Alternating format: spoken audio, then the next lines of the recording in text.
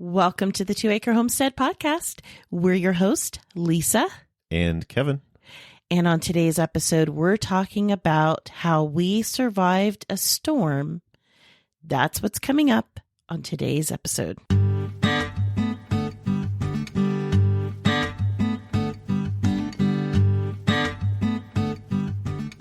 Welcome to the 2 Acre Homestead. Come along with us on our journey from a small suburban homestead lifestyle to our new lifestyle, homesteading in the rural countryside of southern Arizona. We'll share with you our tips, tricks, successes, and failures. From both our past suburban lifestyle to our new rural lifestyle, all on the 2 Acre Homestead.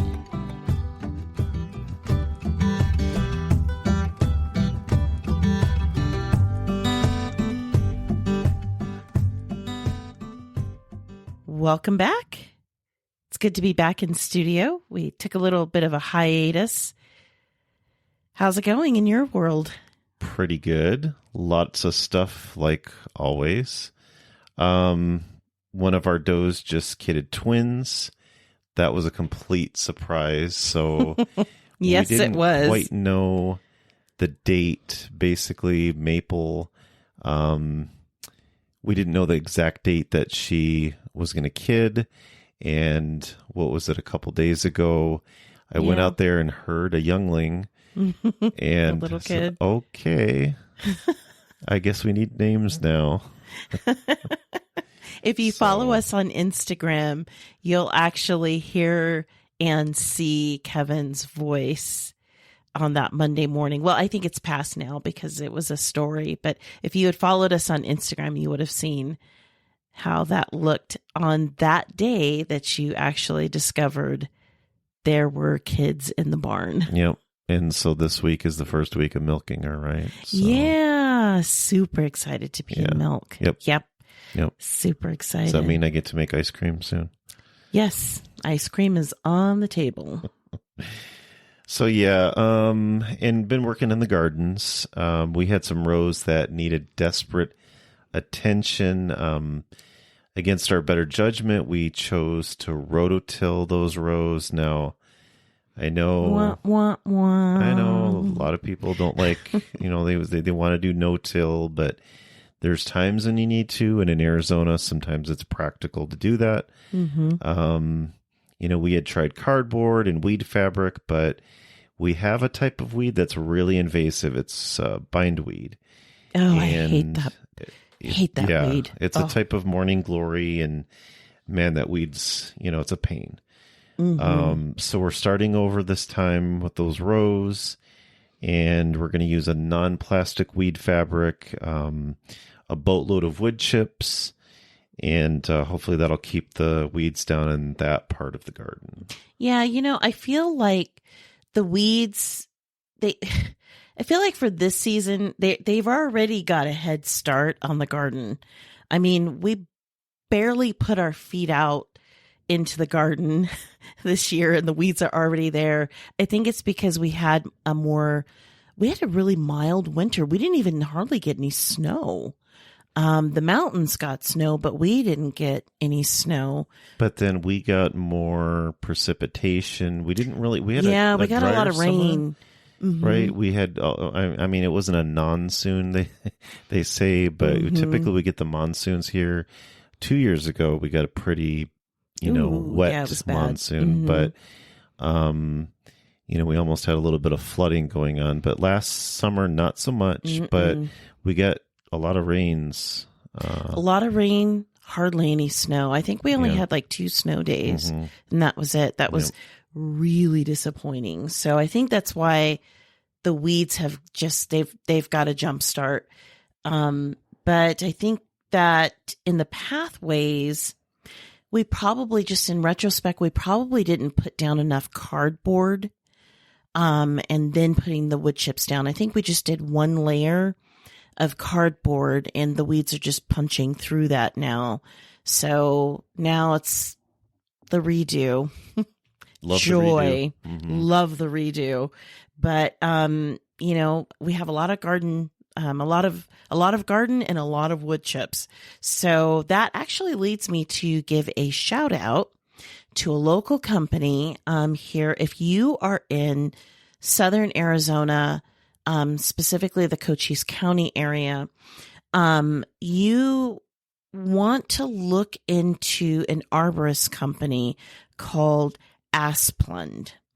And that's spelled A-S-P. I think it's ASPLUNDH. There we go. I can't remember if they're outside of Arizona, but they're pretty extensive. They so are. You can look it up. Maybe they're in other states, but definitely. But they are amazing at providing free wood chips, and that's where we get all of our wood chips from. And we have just a nice standing order with them. Whenever they're in our area and there's wood chips to be dumped, they know they can come to our house. And we just get like a dump of wood chips periodically, and it works out fab. It's awesome. Long story short, basically they trim trees where there's power lines. You bug them, and I asked you many times to bug them. Right. And you get put on their list. And now it's funny. Some mornings I hear the beep, beep, right. And they're dumping it out there and they know where to put it. And it's awesome. Yeah. Imagine if you just bought a bunch of bags for, I don't know, $5 a bag. And, we get a huge pile. So, yeah, exactly. And real beneficial. So it's really, really good. So check them out. It's Asplund, and their website is asplund.com. Go ahead, check them out. They are fabulous to work with. Yep. Well, what else has been going on in your neck of the woods? Well, so we discovered that the sire for 2 of our does is a Kiko boar. So that changed this year's kidding season for us, right? Because our plan has been to be in milk. So now it's our goal to have meat goats, but we're thinking that might be a blessing in disguise. Meat, goat meat. We don't really like it, but the price of beef. Have you been to the grocery store? Yeah, it's ridiculous. So we've tried goat meat, don't really like it, but I think what we'll do, we've talked about this, we'll have it processed. We'll try some and see. If it goes well, fine. If not, I guess we'll have to share it. So share the love. Yeah. Yeah. Goat meat, it's never really been up there on our list of things to like. I know for, my family, my side of the family, there's Creole, and my side of the family, and goat is something that is cooked. I just have never been able to eat it. People have tried to disguise it in so many different ways, and I can pick it out every single time. So I don't know. We'll try it. Definitely, like you said. And you know what? We just might have to just like swallow our pride on this one and be like, you know what? This is what our homestead is providing, and this is what we got, and this is what we're going to eat. So we may have to just pull up our bootstraps and. Although, that reminds me, I never liked Brussels sprouts. And there was a specific way you cooked it. I don't even remember what you did, but it was more than tolerable. Roasted it with, it's a very simple recipe. You just slice them in half, roast them with a little bit of olive oil, salt, and throw in some crushed walnuts. Mm-hmm. Yum, yum, yum. So, maybe there's some recipe that we just need to try. And anyway. Well, and the thing is, too, is that, it's different when it's coming from your homestead, too. Yep.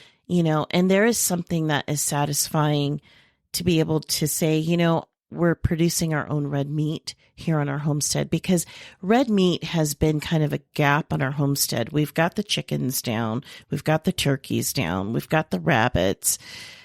Red meat is something that we just haven't been producing here on our homestead. So there you go. There you go. Yeah. So we'll try it. So what's new in your world? Stay with us. We'll be right back. Are you looking to build a homestead from the ground up? Or maybe you're looking to build an off-grid dream home, a vacation home, or maybe just a piece of land to call your own. Visit yourcheapland.com to buy rural land in the wide open spaces of southwestern United States. When you visit yourcheapland.com, they're here to help you, and with their help, you can do this.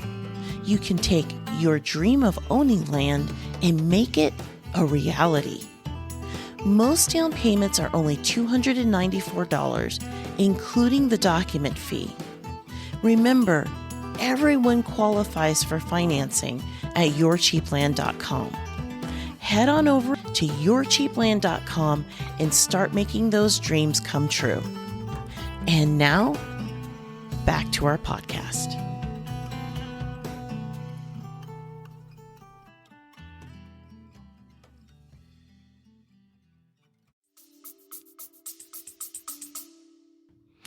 My world has been pretty boring. Well, no. Relatively speaking. Yeah, exactly. No, happy to be back in milk. I'm just ecstatic. This particular goat, she's a La Mancha. And full La Mancha. Full blood La Mancha. Papers, everything. So really happy about that. And this year is really exciting for me. And I think our whole family, but we're doing a trial run this year with just a few families that we know that are local here to our immediate area. We are test running a CSA program. Now, CSA stands for Consumer Supported Ag. And basically it's where somebody can say, they can come to a farm like ours and they can say, I'd like to buy some of the produce and some of the foodstuffs that come off of your farm. And you set up an agreement with your customers to provide said food boxes on either a weekly or every other week basis. So I'm just using a few families that I know who, may need some help, with food and so forth to help me run this. To trial, just like give it a trial run. And the reason why I'm doing it that way is because I really want to see the impacts on our family, like how that's going to impact us. Do we need to beef up our gardens? Do I need to focus and hone in on certain types of crops? Just a whole laundry list of things because I've never done this before. So I'm really working on that, wanting to see what that looks like. And just really trying to run it on an every other week basis. So it's definitely a different mindset when you're looking at the gardens, because instead of just thinking about your family and what your family needs, now you're thinking, or at least I'm starting to think, okay, crop rotations, what can I put in what, said space? Do I need to expand? Just a laundry list of things. So that is what's going on as far as the gardens are concerned. We're also hatching out new chicks. So we decided to dust off our incubators, and we're making use of the excess eggs that our flock produces. And, I have to say, it's something that I love about having the dual purpose chickens is that we get their eggs and their meat. So we can, by incubating and hatching out our own eggs rather than relying on a hatchery, we can do it in smaller batches. And, every time I hear, I just heard somebody, I was listening to a podcast earlier today, and I heard somebody say that, they got their 50 chickens. And I thought to myself, Yeah, I just don't want to do 50 chickens in one day. I just don't. I don't want to do that anymore. I don't mind doing smaller batches of chickens and processing them instead of doing 50 in one go, you know? Yeah. Yeah, and I like the idea of having a dedicated area to do the processing. We don't have to do any special setup. It's pretty much all there, ready to go. Yeah, exactly. Agreed. Well, there is more that's been going on, and that is the subject of today's podcast. So, a few months ago, we did an episode about a financial storm is coming. And boy, did that storm come. It definitely hit our home. At the beginning of February, you were laid off. Yep. Yeah. Yeah, that was a hard pill to swallow, but honestly, I knew it was coming. Without going into too much detail, it was for some time I had those thoughts that something was going to happen.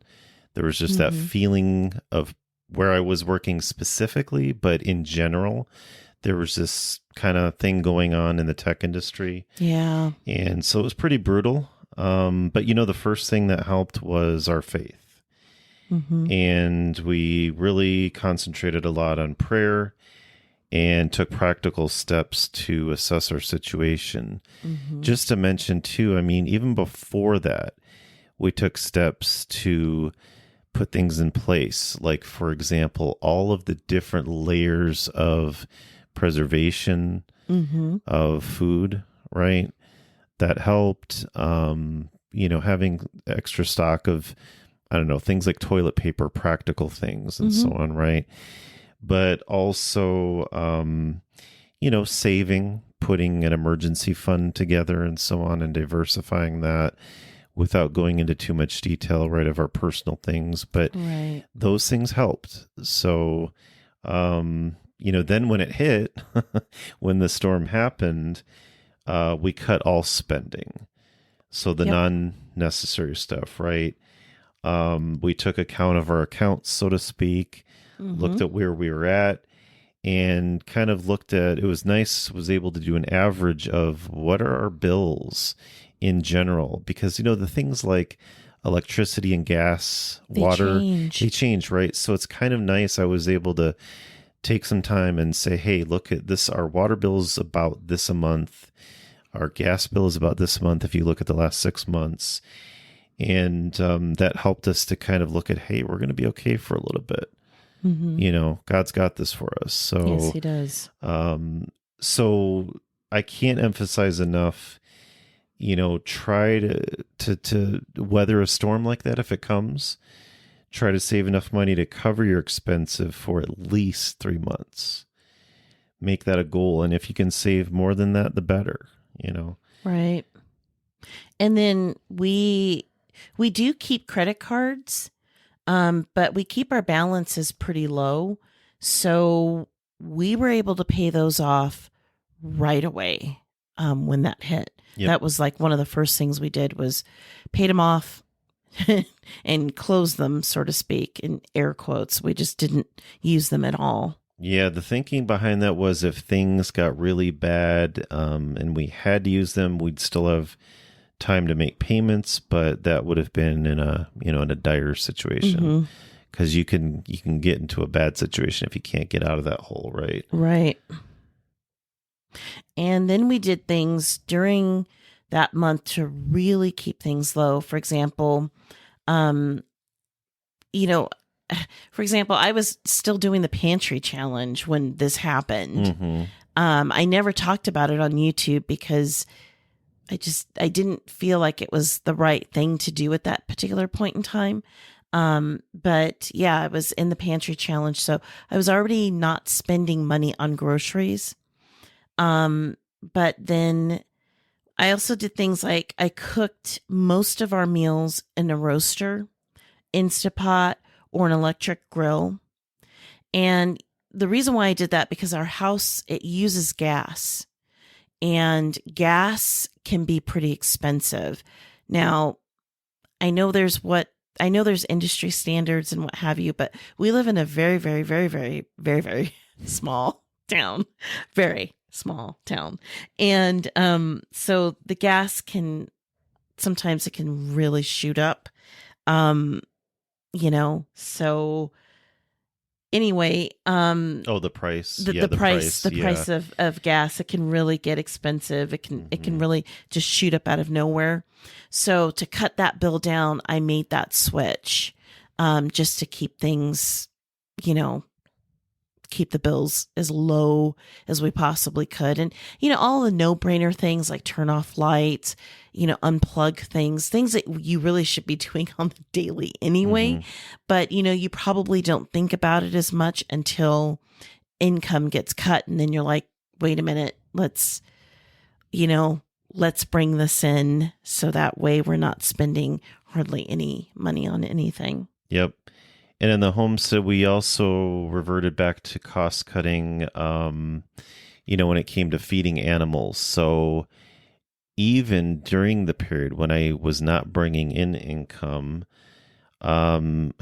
we basically got down to, what did they say? The bottom of the barrel. Now I appreciate that saying even more, the bottom of the barrel of seed for the chickens. So buying in bulk, I've said this before, I know just pure the seed alone, I can save about 40 to 50% by buying it in bulk where I do.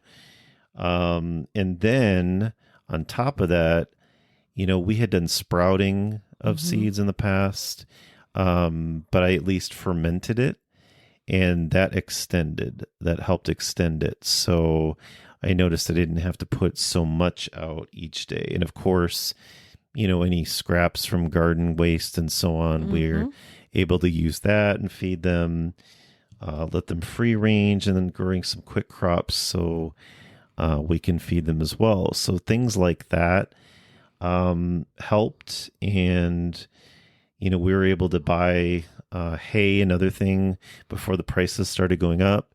So I checked, and the prices were almost half of what they had been last year at this time. So I thought, okay, this is the time. Another benefit to having some money saved up. This is the time to buy. I can't remember how many bales, 15, somewhere on there. But it was enough to get us by for several months for our herd. And then during that time, we were able to purchase our first La Mancha goat we mentioned, and a new buck for the herd. And then, those things we were able to do even without having income coming in. So basically I was able to find another job with another company. And when I look back on it, I wish maybe I had spent some of that time when I was off, maybe a little bit differently. But, in retrospect, I guess we'll talk a little bit more about that on the next episode. But we were able to weather it. We were. And I'm not talking the goat weather. I'm talking we were able to weather the storm. Yeah. And it was due to planning and really just relying on the principles of homesteading. I think for me, it's kind of reinforced. It's not just about, homesteading is not just about growing food that tastes better, but you see the generosity that comes out of being able to grow your own food and think about how you can save and conserve and, be creative. And it helped us. Yeah. How to be the mindset of being a producer and not a consumer. Yep. Yeah. Well, we're going to stop this podcast at this point because, like you said, I think so this is part 1 of We Weathered the Storm. Part 2, we're going to be talking about some of the things that we could have done differently.